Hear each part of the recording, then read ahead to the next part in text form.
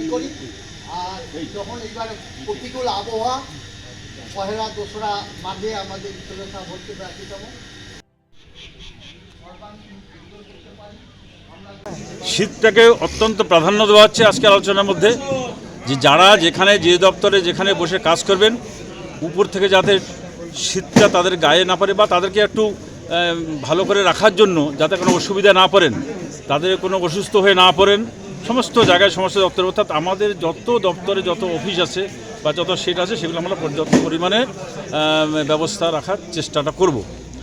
আর আমাদের যারা কর্মকর্তা স্বেচ্ছাসেবক ভলান্টিয়ার প্রায় 800 মতো লোক বিভিন্নভাবে আমরা এখানে কাজ করি, 600 ভলান্টিয়ার, 200 কমিটি কর্মকর্তা ইত্যাদি মিলিয়ে এই 800 লোকের পরিষেবা তো আমরা দিতে পারবো না, আমরা মানুষকে পরিষেবা দেব, সেই দায়িত্ব আমরা কাঁধে নিয়েছি।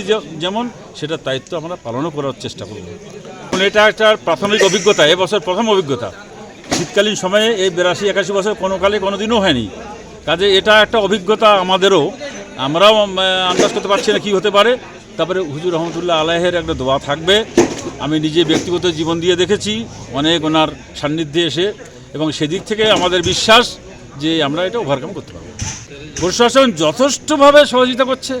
আপনারা দেখতে পাচ্ছেন এখানে মহকুমার শাসক আমাদের সঙ্গে সবসময় যোগাযোগ রাখছেন, সবসময় উনি বসে আছেন, এবং পুলিশ প্রশাসন, এইচডিও সাহেব, আইসি সাহেব, বিডিও ম্যাডাম, প্রশাসনিক স্তরে এবং রাজ্য থেকেও আমাদের কাছে মেসেজ আসছে, তারাও এটার দিকে নজর রাখছেন যাতে এখানে দেশের পরিস্থিতি হিসাবে, তাহলে বলতে হয় দেশের যে পরিস্থিতি সেই পরিস্থিতি হিসাবে এটাকে নজরদারি রাজ্য সরকার প্রচণ্ডভাবে দেখছেন। আমরা বিভিন্ন দপ্তরগুলো আমরা দায়িত্ব বুঝিয়ে দিলাম, আমাদের পারস্পরিক বিনিময়ে যেটা আমাদের ঘাটতি আছে সেটাকে পূরণ করার চেষ্টা করব, যেটা আরও বেশি কিছু বাড়তি দিতে হয় সেই বিষয়টি আলোচনা করব।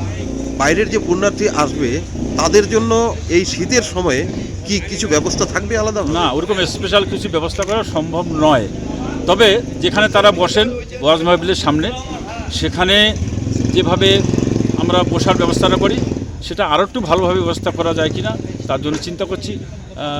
ফ্যামিলি সেট যেখানে আছে সেখানেও আমরা ব্যবস্থাটা করছি, সে চিন্তাটা রাখছি, সে বিষয়টা আলোচনা করবো আজকে। বক্তা কি বাইরে থেকে কোনো বক্তা? না, এরকমও হয় না যে চিরাচরিতভাবে যেভাবে আসেন এভাবে এই অল্প সময়ের মধ্যে এবারে আমরা কোনো বক্তা সিলেকশন করিনি। আসসালামু আলাইকুম।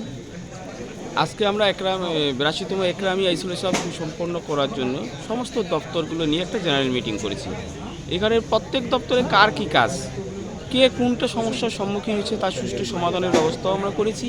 প্রত্যেকের সমস্যা 30টা যে আমাদের দপ্তর আছে আইসোলেশন সুষ্ঠুভাবে পরিচালনার জন্য, প্রত্যেক দপ্তর ধরে ধরে সমস্যা শোনার পরে পুণ্যার্থীদের যে সুষ্ঠু কীভাবে পরিষেবা দিবে সে বিষয়ে আমাদের আলোচনা আজকে সুসম্পন্ন হয়েছে। আমরা আশা রাখি ভারতবর্ষের যে কোনো প্রান্ত থেকে যে পুণ্যার্থীরা আসবেন তাদের আমরা গতবারে যা পরিষেবা দিয়েছি স্বল্প সময়ের মধ্যে হলেও এবার বেসুল সাহেব এগিয়ে আসলো, তার থেকে পর্যাপ্ত বেশি পরিমাণে যাতে পরিষেবা দিতে পারি সেই দিকে আমরা সবাই তৎপরতার সহিত এগিয়ে যাচ্ছি। আমার নাম মোহাম্মদ ইদারুল আলম সরকার, আমি জেনারেল সেক্রেটারি একরামি আইসোলেশন কমিটি।